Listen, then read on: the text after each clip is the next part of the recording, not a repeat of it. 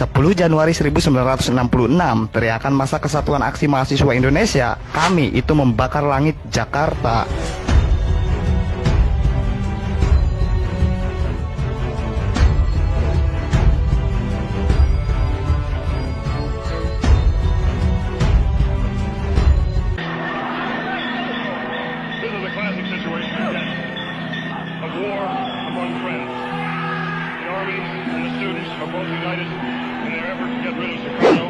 Mereka geram pada Presiden Soekarno yang tak membubarkan Partai Komunis Indonesia yang dituding bertanggung jawab atas peristiwa G30 September.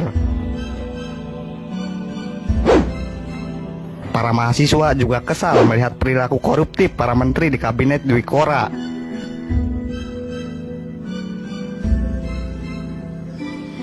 Di tengah kesulitan rakyat, para menteri hidup berfoya-foya. Selain itu, perekonomian Indonesia nyaris ambruk. Harga BBM naik dari Rp4 menjadi Rp250. Harga-harga langsung melambung. Beras dan kebutuhan pokok lain menghilang dari pasaran. Kalau ada, harganya naik puluhan kali lipat.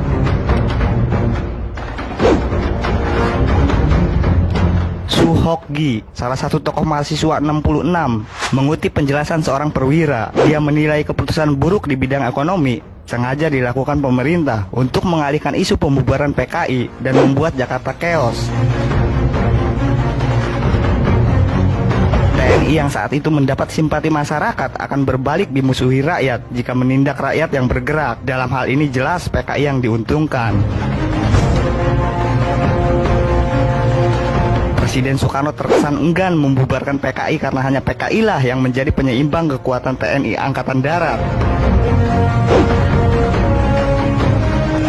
Sedangkan soal harga-harga yang semakin naik, wartawan senior Rosihan Anwar menulis, jika para menteri melarang pejabat memberikan laporan situasi sebenarnya pada Bung Karno, alasannya takut Bapak marah.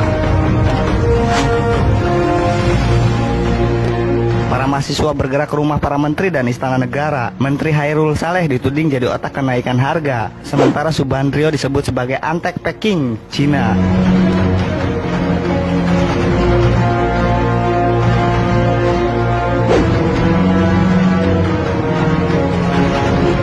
Mereka juga membuat tulisan yang membuat Soekarno berang, "Stop import istri" atau "Istana Sarang Lonte".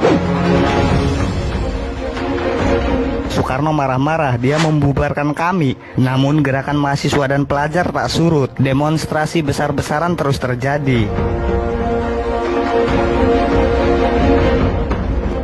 TNI ada di belakang melindungi para mahasiswa itu. Dalam biografinya, Soeharto memberikan perintah langsung pada Jenderal Kemal Idris, Kepala Staf Kostrad, untuk menjaga para mahasiswa dari serangan pasukan pengawal Bung Karno.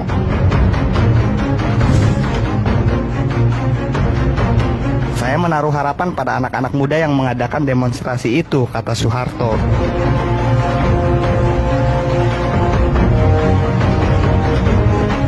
Maret 1966, lahirlah surat perintah yang kontroversial itu. Dalam perintahnya, Soekarno memberikan wewenang pada Jenderal Soeharto untuk memulihkan keamanan dan ketertiban.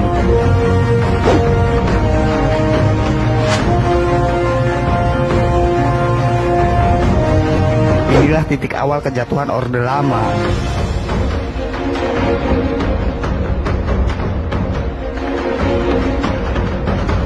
Berbekal surat perintah itu, Soeharto langsung membubarkan PKI. Pukul 6 waktu Indonesia Barat, RRI menyiarkan pengumuman pelarangan PKI beserta seluruh underbownya.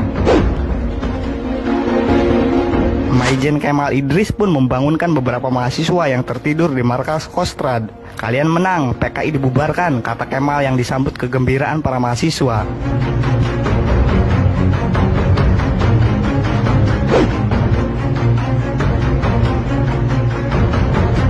Di jalan-jalan pun rakyat menyambut pembubaran PKI. Mereka bersorak-sorai menyambut parade militer yang digelar Soeharto.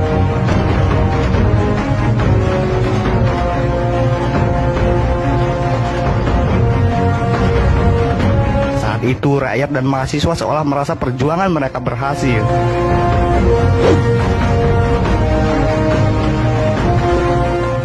Puluhan tahun kemudian, gerakan mahasiswa pula yang menggulingkan Soeharto tahun 1998.